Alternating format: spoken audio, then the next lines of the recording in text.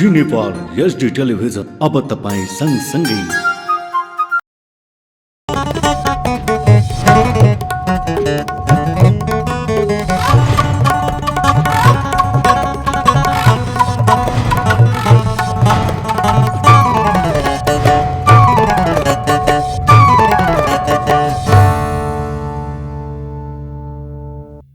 नमस्कार, जी नेपाल न्युजमा यहाँलाई स्वागत छ। म करुणा। सुरु गरौं प्रमुख समाचारका शीर्षकहरूबाट।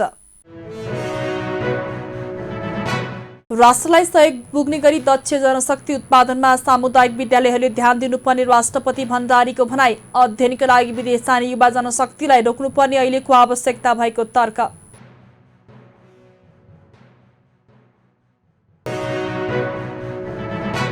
आम सञ्चार सम्बन्धी कानून खुल्ला छलफल र बहसबाट टुङ्गाउनु पर्ने नेपाली कांग्रेसका महामन्त्री थापाको भनाई।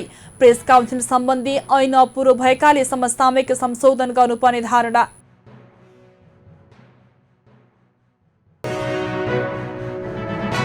सरकारले अध्यादेश प्रमाणीकरणका लागि राष्ट्रपति समक्ष पेश गरेको प्रति सर्वोच्च बारद्वारा आलोचना। सर्वोच्च अदालतबाट पादित सिद्धान्त समेतको उपहास गरेको उल्लेख।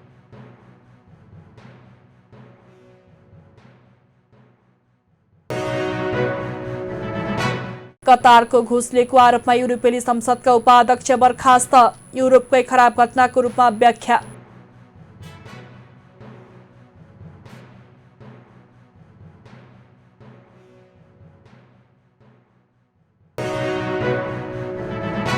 र कतारमा जारी विश्वकप फुटबलको पहिलो सेमी फाइनलमा आज अर्जेन्टिना र क्रोएसिया खेल्दै। खेल राति 1:15 बजेबाट लुसाइल स्टेडियममा सुरु हुने।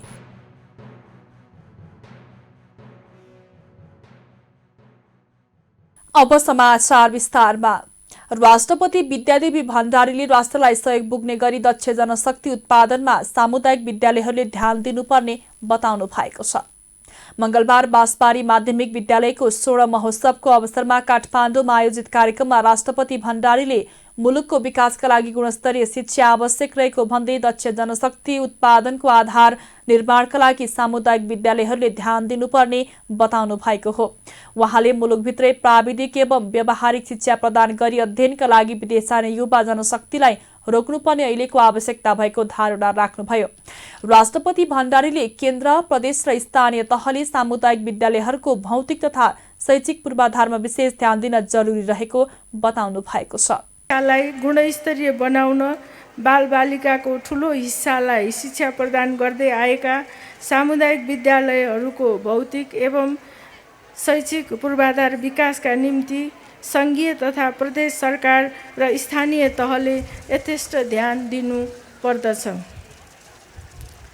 साथै गुणस्तरीय शिक्षाको खोजीमा विदेशिने युवा शक्तिलाई देशभित्रै प्राविधिक एवं व्यावहारिक शिक्षा प्रदान गरी हाम्रो जनशक्ति र पुँजीलाई राष्ट्रको सेवामा लगाउन सक्नु पर्दछ। सार्वजनिक शिक्षाको क्षेत्रमा राज्यद्वारा भइरहेको लगानीको अनुपातमा प्रतिफल हासिल गर्न सामुदायिक विद्यालयले गुणस्तरीय जीवन उपयोगी र व्यावहारिक शिक्षा प्रदान गर्न सक्दछ भन्ने उदाहरण प्रस्तुत गर्नतर्फ यो विद्यालय अग्रसर रहनेछ। सामुदायिक विद्यालयको गुणस्तरमा सुधार ल्याउन अभिभावक, स्थानीय कार्यक्रममा लामो समय विद्यालयमा सेवा गर्ने शिक्षक शिक्षिकालाई सम्मान गरिएको थियो।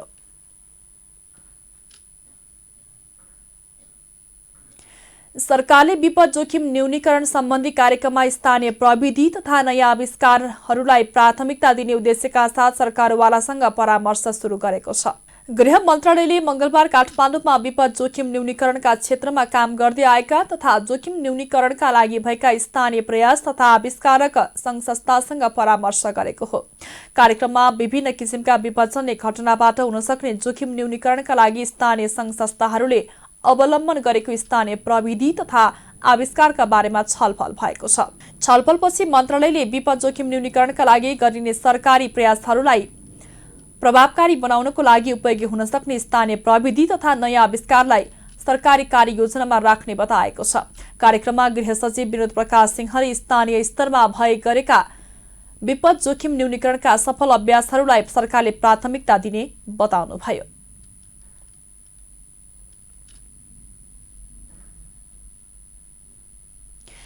नेपाली कांग्रेसका महामन्त्री गगन कुमार थापाले आम सञ्चार सम्बन्धी कानून खुल्ला र छलफल बहसबाटै टुङ्गाउनु पर्ने बताउनु भएको छ। नेपाल प्रेस काउन्सिलले मंगलबार काठमाडौँमा आयोजना गरेको आम सञ्चार नीतिमा लैंगिक संवेदनशीलता विषयक अन्तर्क्रिया कार्यक्रममा थापाले यसअघि अघि बढ्न नसकेका आम सञ्चार सम्बन्धी कानूनलाई खुल्ला छलफलबाट सच्चाइ टुङ्गाउनु पर्ने बताउनु भएको हो। उहाँले लैंगिक संवेदनशीलता अनुगमनलाई सञ्चार माध्यममा प्रभावकारी बनाउनु पर्ने धारणा राख्नुभयो। नियम कानून उल्लङ्घन गरेमा कानूनी उपचार खोज्ने विषयलाई अब प्राथमिकताका साथ अघि सार्नुपर्ने र यसलाई प्रेस काउन्सिलले विशेष ध्यान दिनुपर्ने उहाँको भनाइ छ। आम सञ्चार प्रतिष्ठान सम्बन्धी विधेयक गर्न अड्केको छ। हामीले केही कानुनहरू अबको नयाँ संसद आइसकेपछि बनाउनु पर्नेछ। यसलाई पुरानो कानुनहरू अड्केको ठाउँमा कतिपय कुरालाई सच्याउनु पर्ने होला, कतिपय कुराहरू बृहत्तर छलफल गर्नुपर्ने होला, कतिपय कुराहरू बुझाइ गलत भयो होला, हाम्रो पक्षबाट भयो होला, अर्को पक्षबाट भयो होला। खुला छलफल बहस गरेर यो पटक हामीले टुङ्ग्याउनु पर्नेछ। यो टुङ्ग्याउँदै गर्दाखेरि आजकै यही विषयलाई राखेर हेरौँ, मलाई लागेको हामीले हेल्थमा भनेको जस्तै तीनटा कुरामा हामीले हेर्नुपर्छ। एउटा प्रिभेन्सनमै हो, एउटा प्रमोसनमै हो, एउटा क्युरेटिभ नै हो। प्रिभेन्सन अर्थात् प्रतिरोधात्मक, जसरी हामी रोगका बारेमा कुरा गरेको जस्तै आज अघि नै जस्तो डाक्टर समीक्षाले जुन कुरा भन्नुभयो जस्तो मोनिटरिङको कुरा, हामीले जेन्डर सेन्सिटिभ मोनिटरिङलाई लाइसेन्ससँग कसरी टाइप गर्ने। तपाईँको मिडिया हाउसले जेन्डर सेन्सिटिभ मोनिटरिङ गरेको हुनैपर्छ। लाइसेन्स रिन्यू गर्ने बेलामा तपाईँ इन्टरनलै गर्नुहोस्, तर त्यसको आधारमा रिभ्यू गरेको डकुमेन्ट पेश गर्नुपर्छ भनेर मात्र भन्यो भनेदेखि भने चाहिँ अघि भनेको जस्तो अब सोचौँ है त, कुनै पनि मिडिया हाउस र प्रोडक्सन हाउस जहीँ पनि त्यो जेन्डर सेन्सिटिभ यो हाम्रो व्यवस्था भनेको के रहेछ, यसको इन्डिकेटर्सहरू के रहेछ, मैले गरेको छु कि छैन रहेछु, उसले हेर्नै पर्छ। लाइसेन्स ल्याउने बेलामा अहिलेको भन्दा 10% त सुधार त हुन्छ। यो प्रिभेन्टिभ भयो। सो प्रिभेन्टिभ कुरालाई कुन कुन ऐनमा राख्ने हो, कुन नियममा राख्ने हो, कुन निर्देशिकामा राख्ने हो हेरौँ। त्यसपछि अर्को क्युरेटिभको कुरा आयो।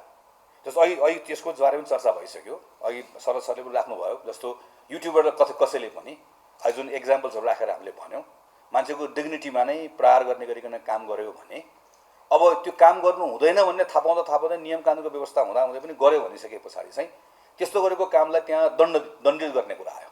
त्यो उपचारात्मक कुरा भयो। कुन कुन कुरालाई हामीले उपचारात्मक क्याटेगोरीभित्र राख्ने, यसलाई हेरौँ।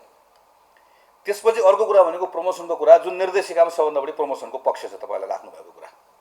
खास गरिकन निर्देशिकाको जस्तो सार्वजनिक समानतालाई प्रवर्धन गर्ने भनेर भन्यो। सार्वजनिक समानतालाई प्रवर्धन गर्ने भनेपछि यसलाई हामीले यो प्रमोसनल एक्टिभिटिजमा लगेर राख्यौँ। सो ओभरअलमा हामीले प्रिभेन्सनमा के राख्ने, प्रमोसनमा के राख्ने, क्युरेटिभमा के गर्ने, यसलाई ओभरअल मलाई लागेको प्रेस काउन्सिलले हेरोस्। पहिला हामीले ओभरअल हाम्रो आफ्नो प्रेस फ्रिडमको कुरा पनि छ, यसको ड्युटीको कुरा पनि राखेर हेरिसक्यो। अब बल्ल हामी कहाँ आउँछौँ भने त्यसको के पक्षलाई निर्देशिकामा राख्ने। तपाईँहरूको निर्देशिका मैले यहाँ बसेर हेरेँ, अहिले सबै कुरा पढेँ। यसमा अघि छुटेको कुरा थुप्रै आइसकेको छ। यसको शीर्षकदेखि अघि नै सुविधाजीले पनि भन्नुभयो, यसको शीर्षकदेखि धेरै कुरामा सुधार गर्ने कुरा छ। मलाई लागेको चाहिँ त्यसमा खालि थप्न मात्र खोजेको। अब निर्देशिकाभित्र जुन कुरा हामी निर्देशिकामा आयौँ, निर्देशिकाको पनि आफ्नो सीमा हुन्छ। फेरि सबै कुरा निर्देशिकाले गर्दैन। केही ऐनले गर्छ, केही नियमले गर्छ, कि हामी निर्देशिका बनाउनुको निश्चित छोटो सानो उद्देश्य हुन्छ। अब यसमा तपाईँले निर्देशिकाभित्र ड्युजको एउटा लिस्ट बनाउनु भएको छ, एउटा चाहिँ डन्टको लिस्ट बनाउनु भएको छ। एकदम ठिक छ। तपाईँ मैले सर हेर्दै गर्दाखेरि पत्रकार र सञ्चार माध्यमले गर्न नहुने एकदम स्पष्ट छ। म आजदेखि नयाँ पत्रकार भएँ, निर्देशिका मैले पढेँ, ठ्याक्कै बुझ्छु। महिलाको सर्वाङ्गीण विकासलाई अवरोध गर्ने रूढिग्रस्त र परम्परागत भूमिकामा आधारित पूर्वाग्रही समाचार सम्प्रेषण गर्नु हुँदैन। के नगरे एकदम प्रष्ट छ। यसो थप्नु भयो हुन्छ थपौँ, तर के गर्नेलाई हेर्नुहोस् है त।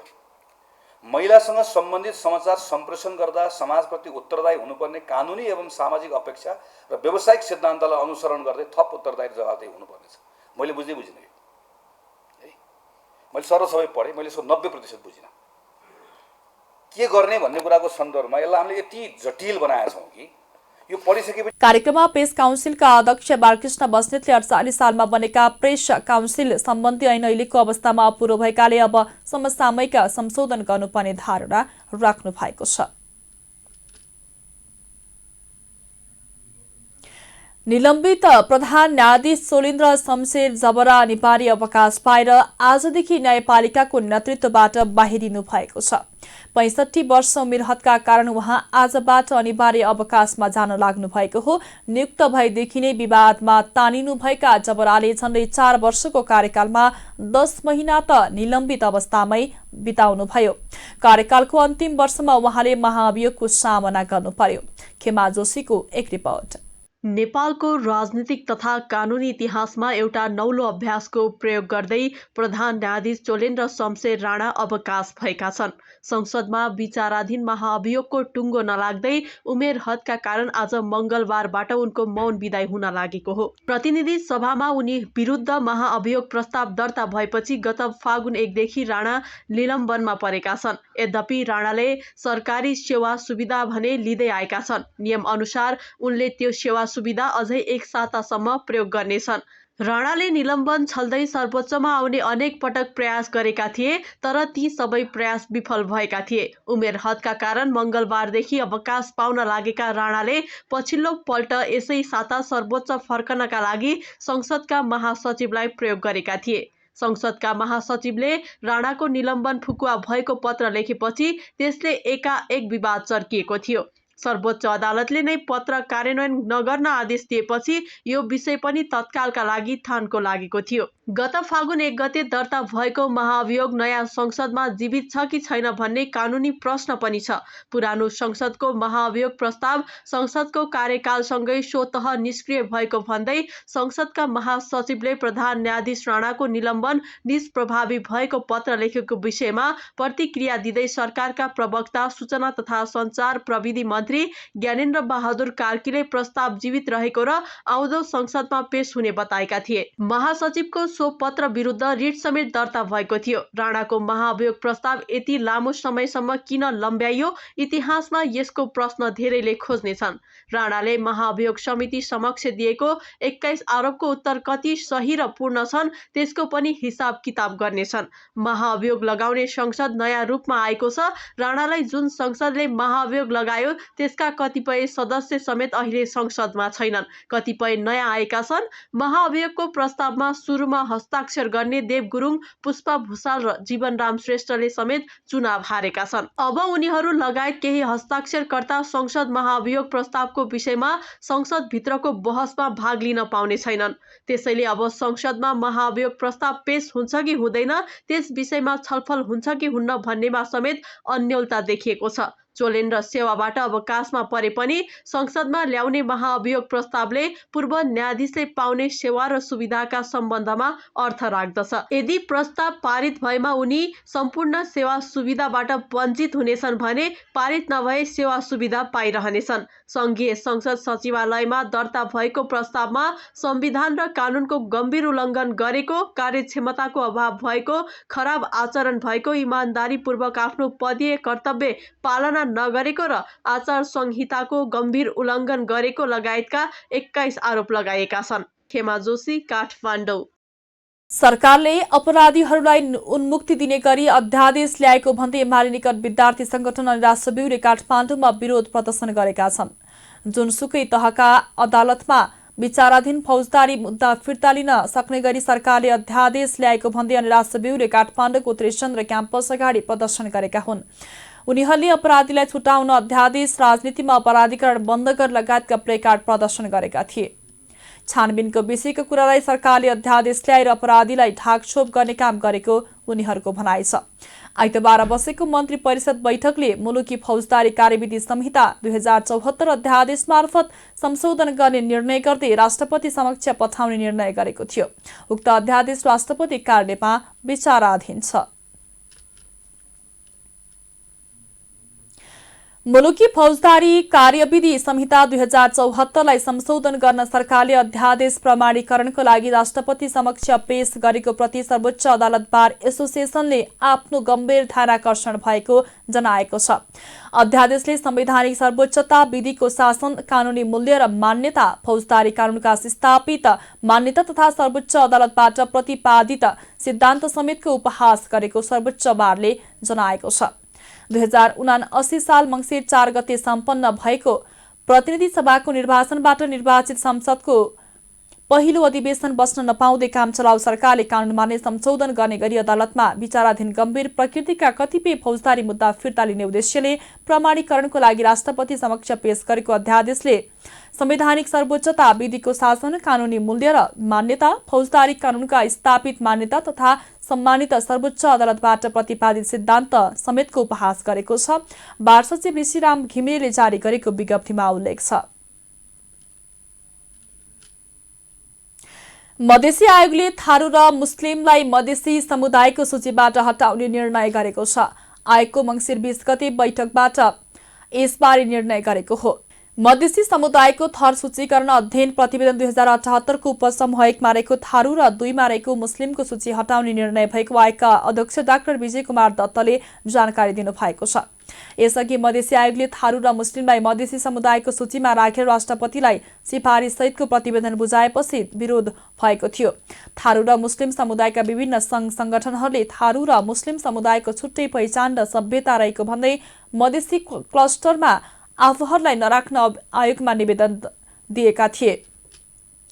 दत्तका अनुसार सो निवेदनमाथि आयोगले निर्णय लिँदै सूचीबाट हटाउने निर्णय भएको हो। आयोगले 2078-79 को वार्षिक प्रतिवेदन मार्फत राष्ट्रपति विद्यादेवी भण्डारी समक्ष थारू र मुस्लिम सहित 149 जातलाई मधेसीको रूपमा सिफारिस गरेको थियो। राप्रपाका प्रवक्ता एवं नवनिर्वाचित प्रतिनिधि सभा सदस्य ज्ञानेन्द्र शाहीले राजनीतिक बन्दीहरूलाई रिहाई गर्नको लागि सरकारले ल्याएको अध्यादेश राष्ट्रपति विद्यादेवी भण्डारीबाट अविलम्ब फिर्ता हुनुपर्ने माग गर्नु भएको छ।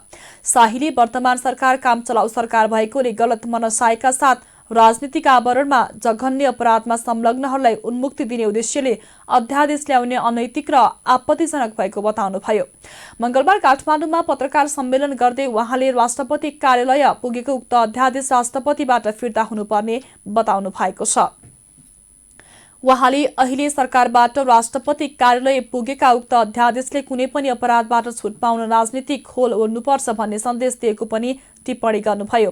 वर्तमानमा चर्चित मुद्दाहरू मात्र नभई 10 वर्षे द्वन्द्वका आडमा भएका व्यक्ति विरुद्धका अदालतमा चलिरहेका फौजदारी मुद्दाहरू र अवरुद्ध संक्रमणकालीन फौजदारी मुद्दाहरू समेत वर्तमान सरकारले यही अध्यादेशको आधारमा फिर्ता, माफी, मिनाहा गराउने प्रक्रियामा रहेको उहाँले आरोप लगाउनु भएको छ।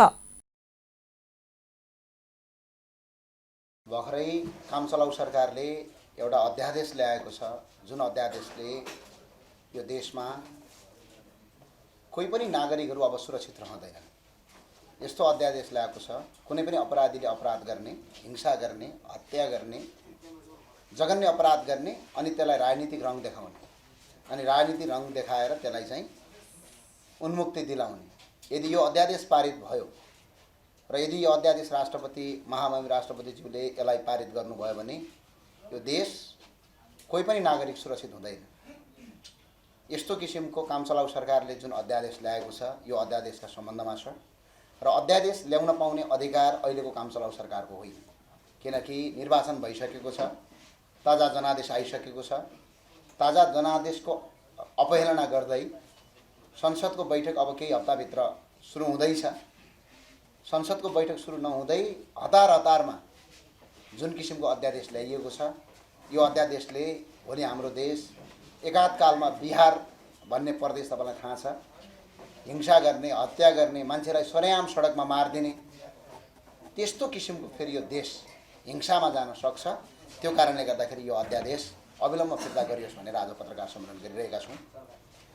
र अहिले प्रजातान्त्रिक मूल्य, मान्यता र विधिको शासनमाथि धज्जी उडाउँदै काम चलाउ सरकारले ल्याएको अध्यादेशलाई राष्ट्रपति महोदयले रोकियोस् वा अविलम्बन फिर्ता पठाइयोस्। गत मङ्सिर 4 गते सम्पन्न निर्वाचनबाट जनताबाट ताजा जनादेश आइसकेको र केही दिनभित्र संसदको बैठक सुरु हुने वर्तमान पृष्ठभूमिमा अहिलेको काम चलाउ सरकारले गलत मनासायका साथ राजनीतिक आवरणमा जघन्य अपराधमा संलग्नहरूलाई उन्मुक्ति दिने उद्देश्यले अध्यादेश ल्याउनु अनैतिक र आपत्तिजनक विषय मात्र नभएर स्वार्थपूर्ण र सत्ता केन्द्रीय राजनीतिको फोहोरी खेलको सुरुवात हो। न्याय सिद्ध्याउने मानवाधिकार विरोधी अध्यादेश प्रजातन्त्रमा अनुहार होइन प्रणाली हो भन्ने मान्यता विपरीत वर्तमान काम चलाउ सरकारले बेमौसम तथा विश्व मानवाधिकार दिवसको सेरोफेरोमा मुलुकी फौजदारी कार्यविधि संहिता 2074 को दफा 116 मा भएका फौजदारी मुद्दा फिर्ता सम्बन्धमा कार्यविधिको उपदफा 1(8) पछि यस दफामा जुनसुकै कुरा लेखिएको भए तापनि नेपाल सरकार बादी भई दायर भएका मुद्दा फिर्ता लिने गरी सहमति भएको रहेछ र त्यस्तो सम्झौता बमोजिम त्यस्ता राजनीतिक दल वा समूहका नेता तथा कार्यकर्ताका विरुद्धमा नेपाल सरकार बादी भई चलाइएका मुद्दा जुनसुकै तहको अदालतमा विचाराधीन रहेको भए तापनि फिर्ता लिने बाधा पर्ने छैन भन्दै उपदफा 9 मा थप गरी राष्ट्रपति सक्षम लालमोहरका लागि पेश गरेको विवादात्मक अध्यादेशले निम्न सन्देश दिन देखिन्छ। 1 मा कुनै पनि अपराधबाट बच्न राजनीतिको खोल ओड्नुपर्ने भयो। अब यो अध्यादेश यदि पारित भयो भने निहित स्वार्थको मुद्दा फिर्ता गर्नका लागि दलहरू जुनसुकै मान्यता र कानुनीको खिल्ली उडाउँछन् भन्ने कुरा प्रमाणित भयो। र अर्को, वर्तमान चर्चित मुद्दाहरू मात्र नभई 10 वर्ष दण्डका आडमा भएका व्यक्ति हत्याका विरुद्धका अदालतमा चलिरहेका फौजदारी मुद्दाहरू र अवरुद्ध सङ्क्रमणकालीन फौजदारी मुद्दाहरू समेत यो सरकार यही अध्यादेशको आधारमा फिर्ता माफी मिनाहा गराउने प्रक्रियामा छ भन्ने कुरा यसले देखाउँछ। र साथसाथै सरकार र दलहरू आफ्नो अनुकूलतामा दण्डहीनताको पक्ष पोषण गरिरहन्छन् र पीडितको अधिकार र न्यायप्रति कहिल्यै पनि सकारात्मक छैनन् भन्ने यसले सन्देश दिन्छ। र साथसाथै सरकार संविधान, कानुन, नेपाल पक्ष भएका अन्तर्राष्ट्रिय सन्धि, महासन्धि केही पनि पालना गर्दैनन् वा अनुकूलतामा प्रयोग गर्छन् भन्ने सन्देश दिन्छ। र साथसाथै दलीय राजनीतिको खोल ओडिसकेपछि पनि कुनै पनि व्यक्ति समूहले भविष्यमा जुनसुकै अपराध गर्दा पनि उन्मुक्ति पाउँछन् भन्ने कुरा चाहिँ यस्ता किसिमका जघन्य अपराध चाहिँ यो अध्यादेशले दिन्छ। जुन अध्यादेश अहिले सरकार बनाउनका लागि र सरकारको अङ्कगणित बनाउनका लागि यो मुलुकलाई नै द्वन्द्वमा सिर्जित गर्ने किसिमको जुन अध्यादेश छ, यो अध्यादेश तत्काल फिर्ता गरियोस् भन्ने हाम्रो माग छ। त्यस्तै जनताबाट 165 जना सांसदहरू प्रत्यक्ष रूपमा निर्वाचित भइसकेका छौँ। समानुपातिक तर्फका 110 जना निर्वाचित हुने प्रक्रिया पुरा भइसकेको छ। मुलुकको कानुन बनाउन अवधिक निर्वाचनबाट निर्वाचित 275 जना सांसदहरू केही हप्तामा प्रतिनिधि सभा प्रवेश गर्दैछौँ। प्रजातान्त्रिक आधारभूत प्रबन्ध भनेकै जनताले आफ्ना लागि आफै कानुन बनाउने हो। आफैले कानुन बनाउने त्यो सार्वभौम अधिकारको प्रयोग जनताले आफ्ना प्रतिनिधि मार्फत गर्छन्। जनताका निर्वाचित प्रतिनिधिहरूले जनताका लागि काम गर्ने सरकार चुन्छन् र त्यो सरकार वा आम नागरिकलाई बाँच्ने कानुन बनाउँछन्। त्यो कानुनभन्दा माथि कोही हुँदैन र मुलुकमा कानुनको शासन हुन्छ। आधुनिक प्रजातन्त्रमा सबभन्दा ठुलो महानता र मर्म यसैमा निहित छ। सत्ता बाहेक केही पनि नदेख्ने, प्रजातन्त्रको कुनै पनि मूल्य र सीमाको ख्याल नगर्ने पुराना दलहरूका सूर्य चन्द्र जै चिरस्थायी पुराना नेताहरूले भने प्रजातन्त्रको यो मर्ममाथि बारम्बार प्रहार गरेका छन्। अहिले फेरि त्यही भएको छ। प्रजातान्त्रिक मूल्य मान्यता र विधिको शासनमाथि धज्जी उडाउँ। उहाँले अहिलेको यो अध्यादेश पारित भई इट्टा भट्टामा जिउँदै मान्छे जलाउने अफ्ताब आलम पनि छुट्ने बताउनुभयो। आफूले जनप्रतिनिधिको नाताले यो अध्यादेश देश र जनताको हितमा नभएको भन्दै विरोध गरेको शाहीको भनाइ छ। नारायणगढ मुगलिन सडक खण्डमा दैनिक 4 घण्टा गाडी आवागमन रोकिने भएको छ। सडक खण्डमा पर्ने पुल निर्माणका लागि गाडी रोक्न लागि हो। जिल्ला प्रशासन कार्यालय चितवनमा मंगलबार सम्पन्न सरकारवालाको बैठकले पुस 5 गतेदेखि 1 महिनाका लागि सडक रोकेर काम गर्ने निर्णय गरेको छ। सडक बिहान 11 बजेदेखि दिउँसो 3 बजेसम्म रोकिनेछ। भौगोलिक रूपमा कठिन ठाउँमा रहेका सिमलताल, कालीखोला, तुइनखोला र सिसेन्जी खोला पुल निर्माणका लागि पहाड काट्ने लगायतका कामका लागि गाडी आवागमन रोक्न लागि हो। प्रमुख जिल्ला अधिकारी आसमान तामाङको अध्यक्षतामा भएको बैठकले नारायणगढ तर्फबाट जाने यात्रुवाहक बस, मिनी माइक्रो बस, साना गाडीलाई 15 किलो बजारदेखि जुगेडीसम्म बिहान 11 बजे रोक्ने निर्णय गरेको छ। यस्तै मालवाहक ट्रक, लरी, टेलर, टिपर, ट्र्याक्टर लगायतका भारी गाडीलाई भतेरी जंगलदेखि रामनगरसम्म बिहान 10 बजेदेखि 50 मिनेटदेखि रोकिनेछ। रामनगरसम्म बिहान 10:50 रोकिनेछ। बैठकले बिहान 11 बजेदेखि 3 बजेसम्मको समयमा एम्बुलेन्स, दमकल लगायतका अत्यावश्यकीय गाडीलाई अनुकूलता हेरी छोड्ने निर्णय गरेको छ। यस्तै पोखरा काठमाडौँ सञ्चालन हुने गाडी सहज सञ्चालनका लागि ट्राफिक कार्यले समन्वय गर्ने भएको छ। निर्माण कार्यलाई तीव्रता दिन निर्माण व्यवसायीले पर्याप्त साधन, स्रोत र जनशक्ति परिचालन गर्नेछन् भने सडक खण्डको ठाउँ मर्मतको कार्य पनि यसै समयमा गरिने भएको छ। औषधि व्यवस्था विभागले 2 प्रकारका आयुर्वेदिक औषधिको बिक्री वितरण रोक लगाएको छ।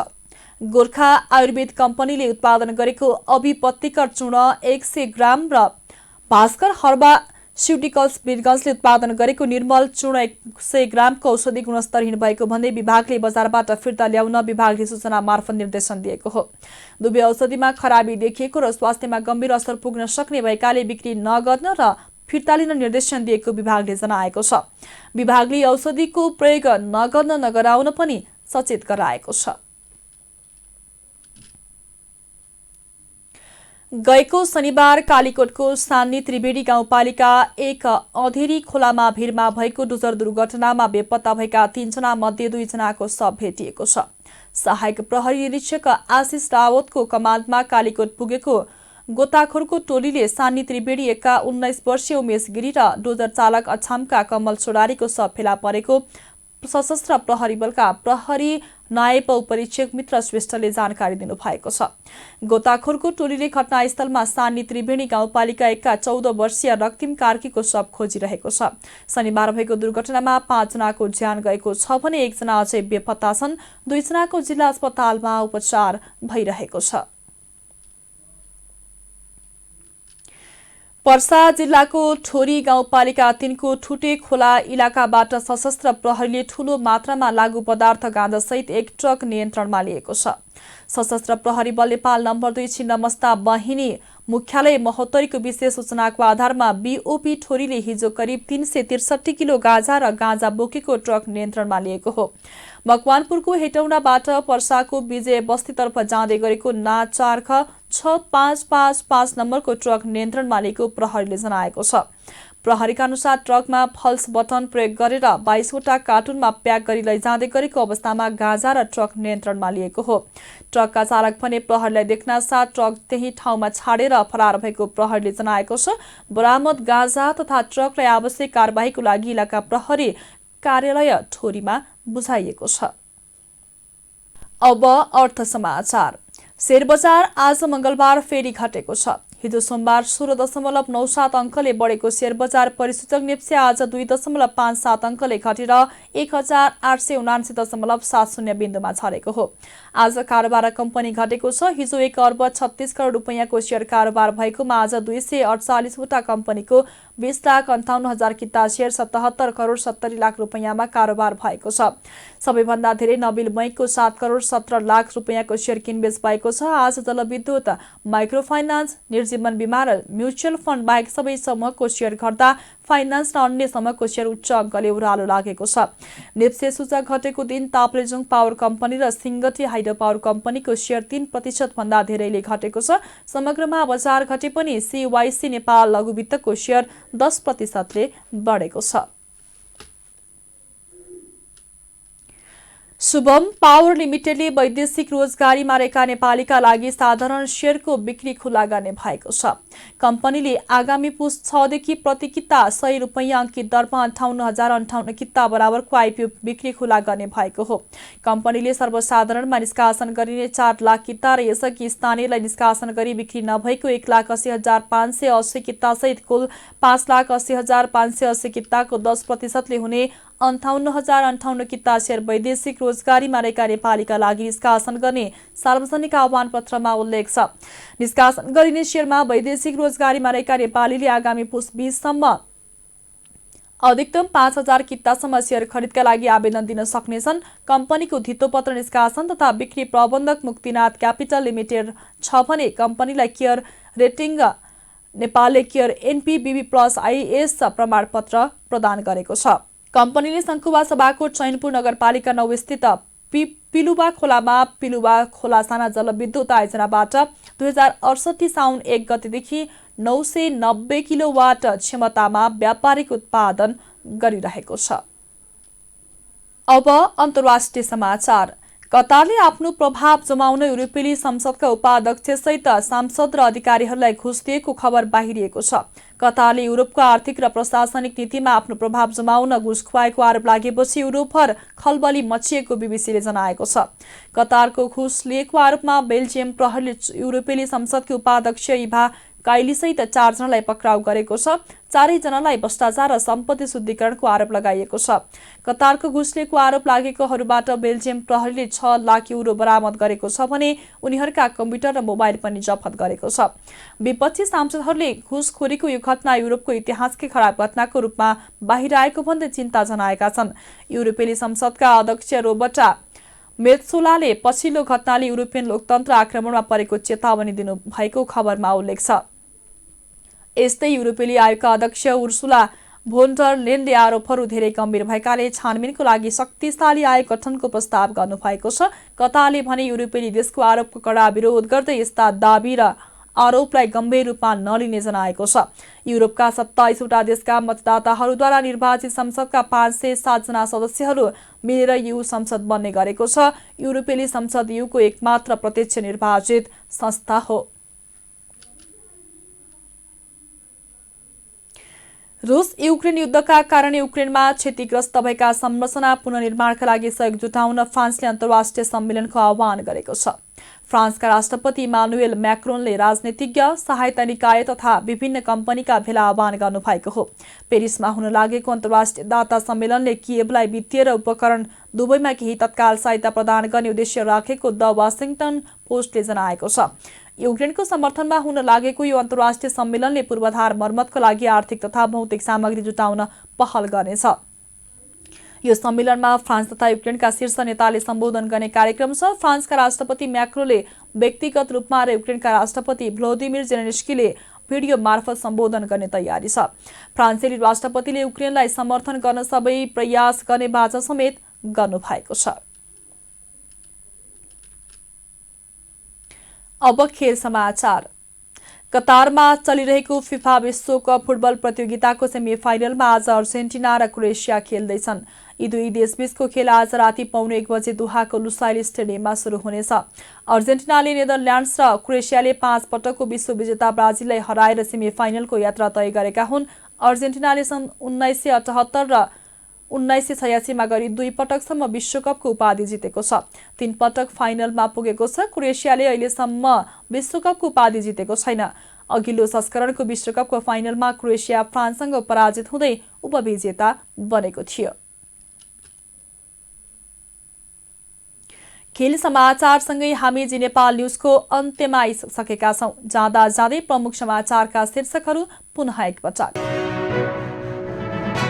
राष्ट्रलाई सहयोग पुग्ने गरी दक्ष जनशक्ति उत्पादनमा सामुदायिक विद्यालयहरूले ध्यान दिनुपर्ने राष्ट्रपति भण्डारीको भनाई। अध्ययनका लागि विदेश जाने युवा जनशक्तिलाई रोक्नुपर्ने अहिलेको आवश्यकता भएको तर्क।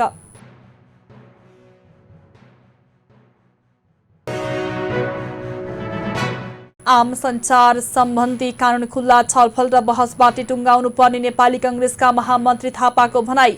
प्रेस काउन्सिल सम्बन्धी ऐन अपुरो भएकाले समसामयिक संशोधन गर्नुपर्ने धारणा।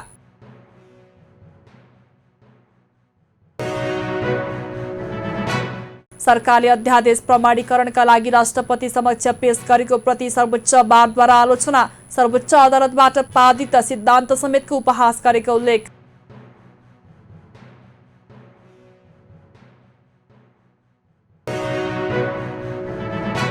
कतारको घुस लिएको आरोपमा युरोपेली संसदका उपाध्यक्ष बर्खास्त। युरोपकै खराब घटनाको रूपमा व्याख्या।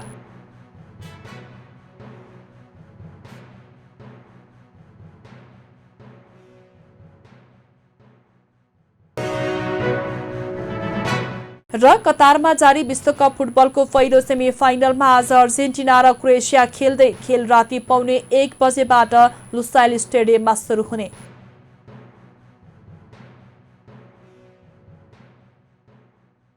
प्रमुख समाचारका शीर्षकसँगै जी नेपाल न्युज यति नै। ताजा समाचार र मनोरञ्जनका लागि जी नेपाल फोल्क टेलिभिजन हेर्दै रहनुहोला। नमस्कार।